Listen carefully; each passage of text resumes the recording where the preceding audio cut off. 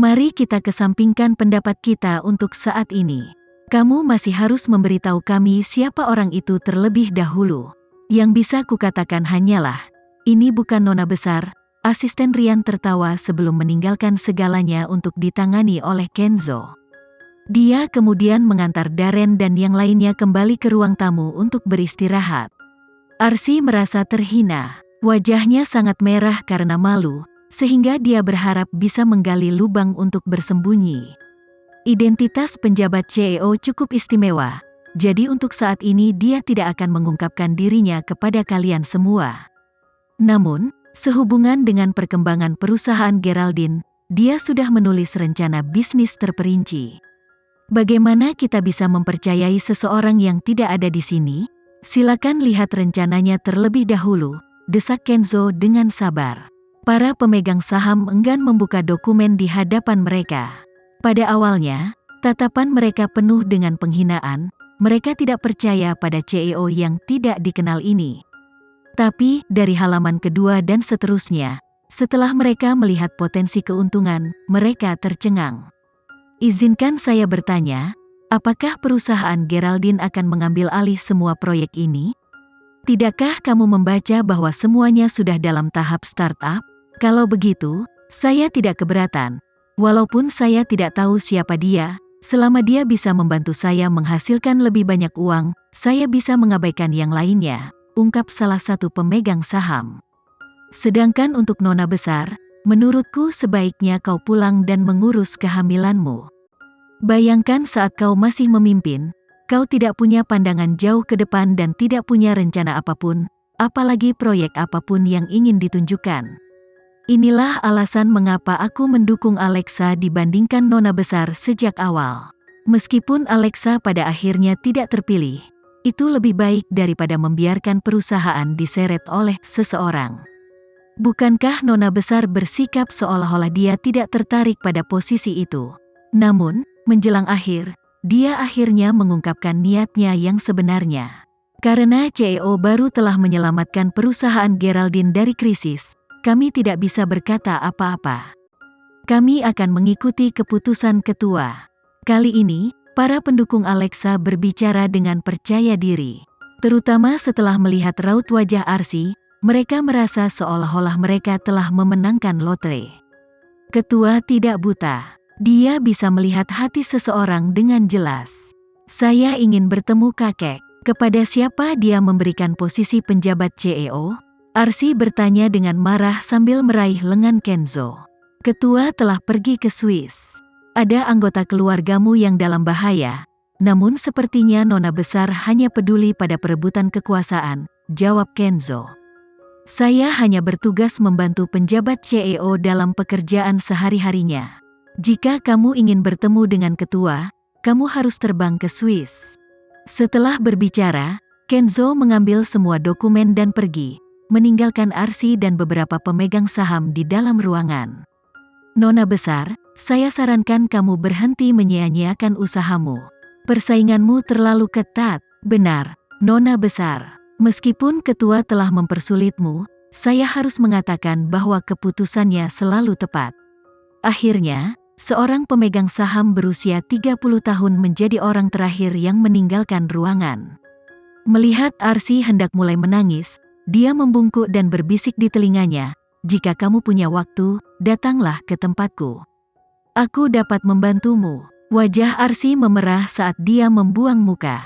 Dia tahu dia sedang mengalami masa sulit, namun dia mengucapkan kata-kata ini padanya. Bukankah dia sengaja mengejeknya dengan ejekan dan sarkasme? Kakeknya memperlakukannya seperti ini. Jadi, dia segera mengeluarkan ponselnya dan menelepon kakeknya. Tapi, teleponnya sudah dimatikan. Dia pergi ke Swiss. Arsy berpikir, apakah dia masih berpikir bahwa dia dapat menemukan Amanda? Untuk ikut serta dalam aktingnya, kakek Arifin saat ini berada di Hyatt Regency. Ini adalah pertama kalinya dia berada di rumah Kenzie dan Alexa, jadi dia tidak bisa menahan diri untuk tidak melihat sekeliling. Dia bisa merasakan bahwa, meski villa itu hanya menampung 2 orang, villa itu dipenuhi kehangatan dan cinta. Saya baru saja menerima telepon dari sekretaris Kenzo. Semuanya berjalan baik, kata Alexa kepada kakeknya dan Amanda sambil meletakkan teleponnya. Alexa, kamu harus meminimalkan penggunaan teleponmu. Ini memancarkan gelombang radio yang buruk bagi bayimu. Hati Amanda sakit saat dia mengambil telepon dari tangan Alexa.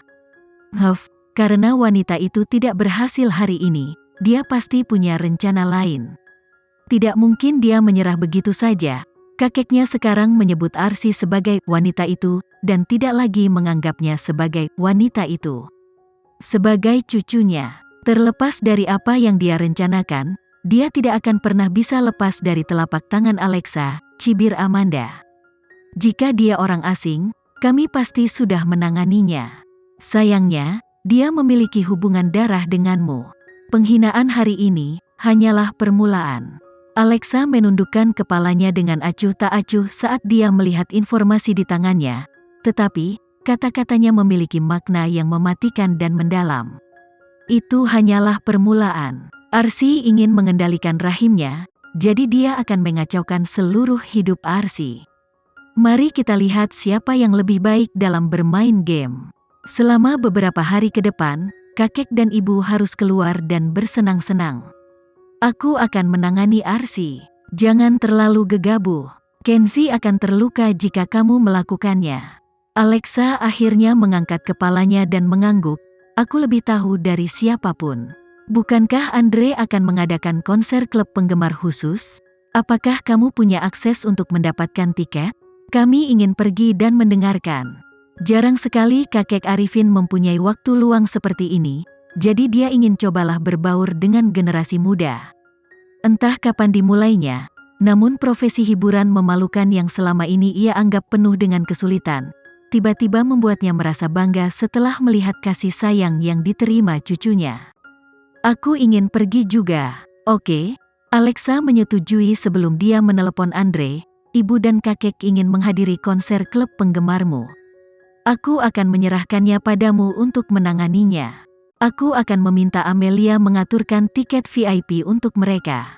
Tapi, bisakah hati kakek menahan suara keras itu? Jangan meremehkan kakekmu. Alexa tidak bisa menahan senyum. Kak, pianis sudah mengumumkan perilisan resminya. Aku sudah melihat trailernya dan kelihatannya luar biasa. Aku sangat berharap kamu akhirnya bisa kembali ke industri film. Kali ini, Alexa tidak merespon. Dia hanya menutup telepon. Alexa tahu apa yang dia lakukan. Jangan terlalu khawatir, kata Amelia sambil berdiri di belakang Andre. Saat ini, misimu adalah mempersiapkan konsermu dengan baik. Juga, saya mendengar bahwa sidang pengadilan Ninda akan segera diadakan. Selamat padanya kalau begitu.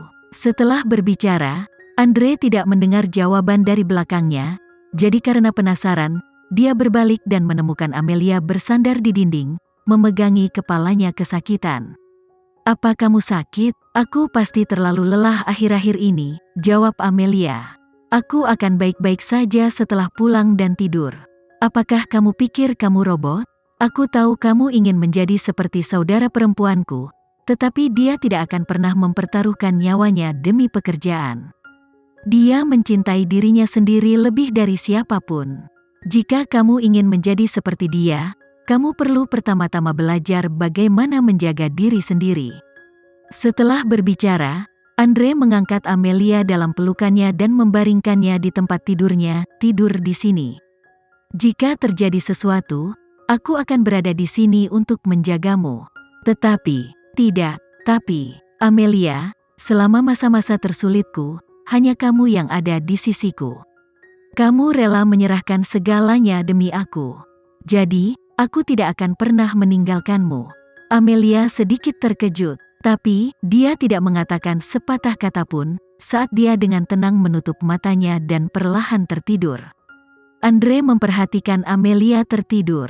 Tiba-tiba ia bertanya-tanya dalam hati, kenapa wanita ini harus selalu tegar dan tidak mau mengaku kalah? Tidak hanya dia keras kepala, dia juga bersikeras untuk mengutamakan orang lain sebelum dirinya sendiri. Konyol sekali. Sekian dulu ya video kali ini, kita lanjutkan lagi videonya di lain waktu. Oh iya, bagaimana menurut kalian? Semoga bisa sedikit menghibur kalian semua. Untuk teman-teman yang baru nonton, jangan lupa subscribe ya, hehehe. Dan kalau teman-teman ada yang ingin gabung langganan, bisa langsung gabung saja untuk dapat fitur yang menarik dan sedikit membantu Mimin. Terima kasih banyak sudah menonton, sampai jumpa lagi, bye bye bye.